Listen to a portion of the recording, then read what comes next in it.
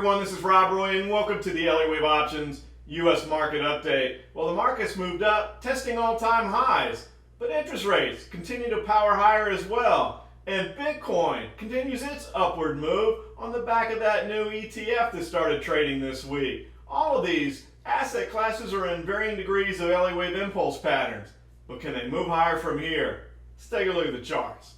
At the time of this recording, it is Friday evening, so the futures market is currently closed. Taking a look at the chart of the market, you can see that we did relabel the wave 5 here, making a very slight new all-time high in the SPY, but look at that doji that we have on the chart right here at the new all-time highs. And if you've heard any of my recordings before, you know that this move to the upside here is a bit vertical for me, and I don't like all of these gaps that exist here either. But can the market move higher from here? Well, in our last recording, we talked about how with this upward zigzag pattern, had it stopped here at the 100% extension, we could be setting up for a classic Elliott Wave corrective triangle where we had this zigzag pattern to the downside with a zigzag pattern to the upside. That could have been forming a triangle. It was qualified.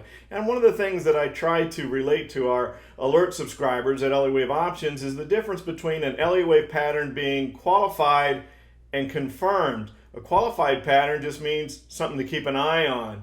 But a confirmed pattern is what has that high percentage of accuracy. Well, in this example, or in this situation, the market did power to the upside all the way back to the previous highs. You can see that we're awfully close to that 161.8% extension. So that's an extended level. And when we look at the 10-day moving average, you can see we're extended here as well. A bit too far from the 10-day moving average, in my opinion, to have a lot of ammunition to continue and charge higher, at least not at this point, at least not without some sort of a sideways or downward type of consolidation. Some backing and filling. I'd prefer these gaps to get filled, but the market's going to do what the market's going to do. We'll see where it goes from here. But another interesting point to note is volume. Look how the volume tapered off as the market is rocketing to the upside. Wouldn't you think there would have been a little bit more volume behind it?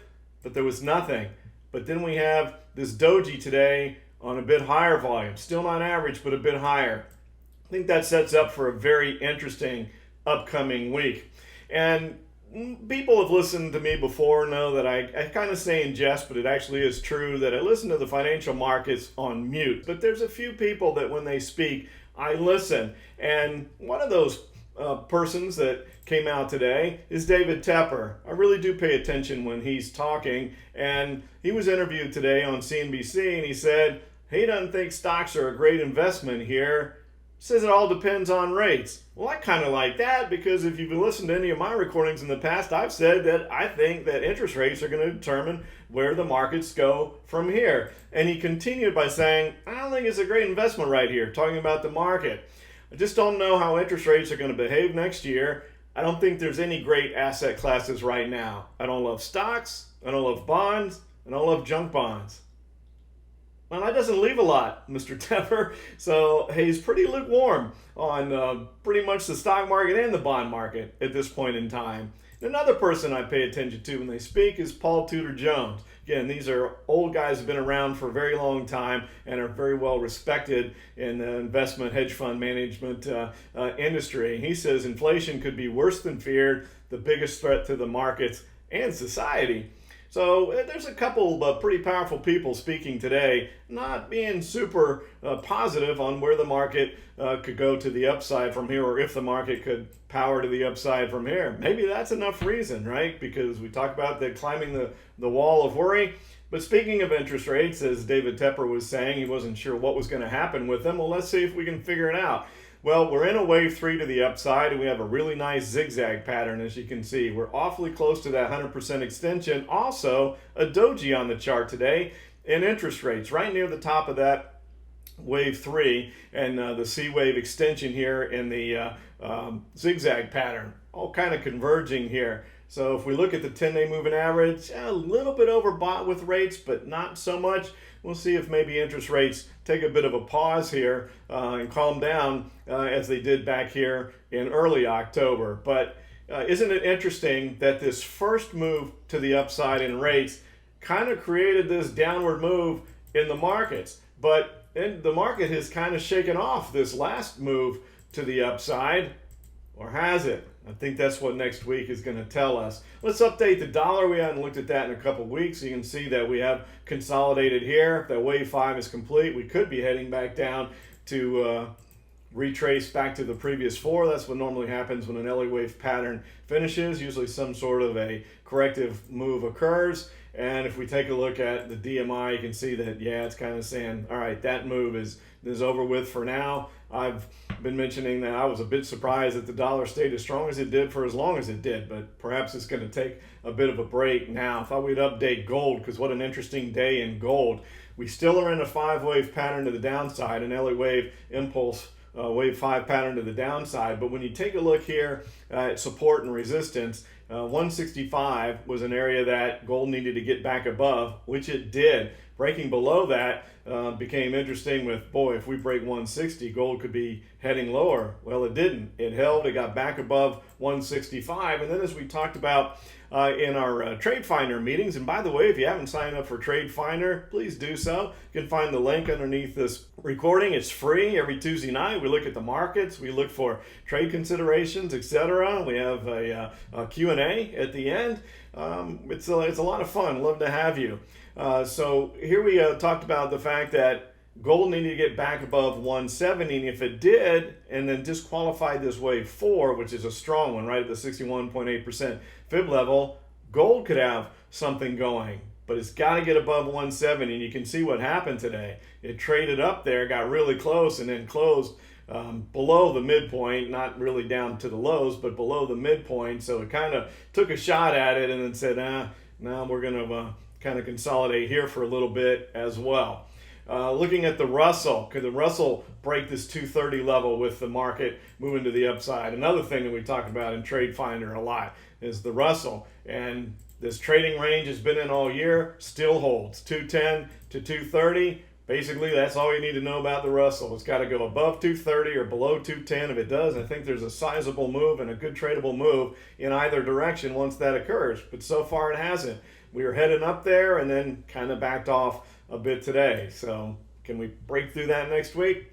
We'll wait and see. And I wanted to show you the Nifty, because we've talked about this before, that if the Nifty stayed above 49, you had to stay bullish. And we had this little bit of a triangle here, and nice breakout from the triangle. And Elliott wave triangles, when they break out, they get retraced. So the breakout move gets retraced. Same thing as with gaps, though. You don't know the timing. Just like we know gaps are going to get filled, but we don't know exactly when. Is it sooner or a little bit further down the road? Same thing with the triangle breakouts. The breakout move will get retraced, but sometimes it's immediate, like this. Other times it takes a little while. So we're right down here to 49, so I wanted to show you that, because if we break 49, then that changes the thesis considerably on the Nifty, and we may be creating a wave 4. And a break of 49, because of how vertical this move from 47 to 49 was, makes you think that we could be looking at a move back down here towards 47. It's not there yet. Everything's okay, but we did break the 10-day moving average. But we're testing the 50-day right at 49, so still a good chance that could hold and you stay long. But just wanted to alert you that we're kind of in that yellow flag danger zone. Look at Bitcoin. We talked about that in the intro. Big move to the upside, likely on the back of that new futures-based Bitcoin ETF that started trading this week. And you can see that we just ran right through that 100% extension on this big zigzag pattern. Again, Elliott wave has just been spot on nailing Bitcoin for this entire year. Moved a little bit above it. Now the question becomes, when you get here, is once you've reached the expected level, which is 100% extension on roughly 61.8% correction, do you go to the extended level? Well, often you will test the previous fib level and then move to the extended level. Are we going to do that? Well, you can see in yesterday's trade, if we walk back, you can see that we had gotten just a bit overbought with that vertical move. So a little bit of rest coming back to the 100% extension made an awful lot of sense. So can we power up to the 161.8% level? Well, we look at the DMI and you can see that the ADX is strong.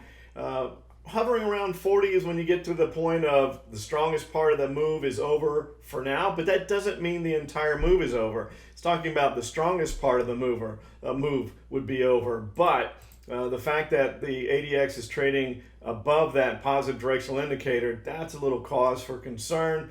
So perhaps reaching those all-time highs, and with the buy the rumor, sell the news, and now we have the Bitcoin-based ETF, perhaps maybe we get a little bit of pause in Bitcoin as well. A little consolidation. Pretty nice move, though, I think you have to admit. And then last but not least, taking a look at the VIX, because this is really important as well. Big move to the downside here in the VIX, and we did break this level of 16, which has been a pretty solid point of resistance since April.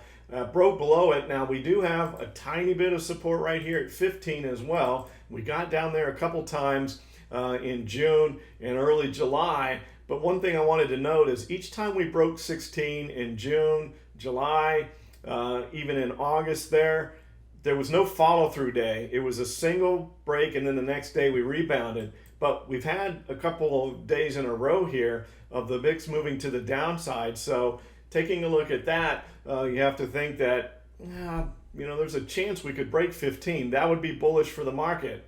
Or does this last bastion of support hold? So we'll see how that trades next week as well. So hope you enjoy your weekend, because it's going to be a really interesting week coming up. Look forward to talking to you again soon. Take care, everybody. If you like these recordings, I'd like to invite you to join our new Trade Finder Live, where each and every week we do a live webinar where we talk about the market, but we also go a little more in depth into the technical analysis system that we utilize to forecast where the market's likely going to go, and also to identify trading opportunities. Get your free subscription today. Take care, everybody.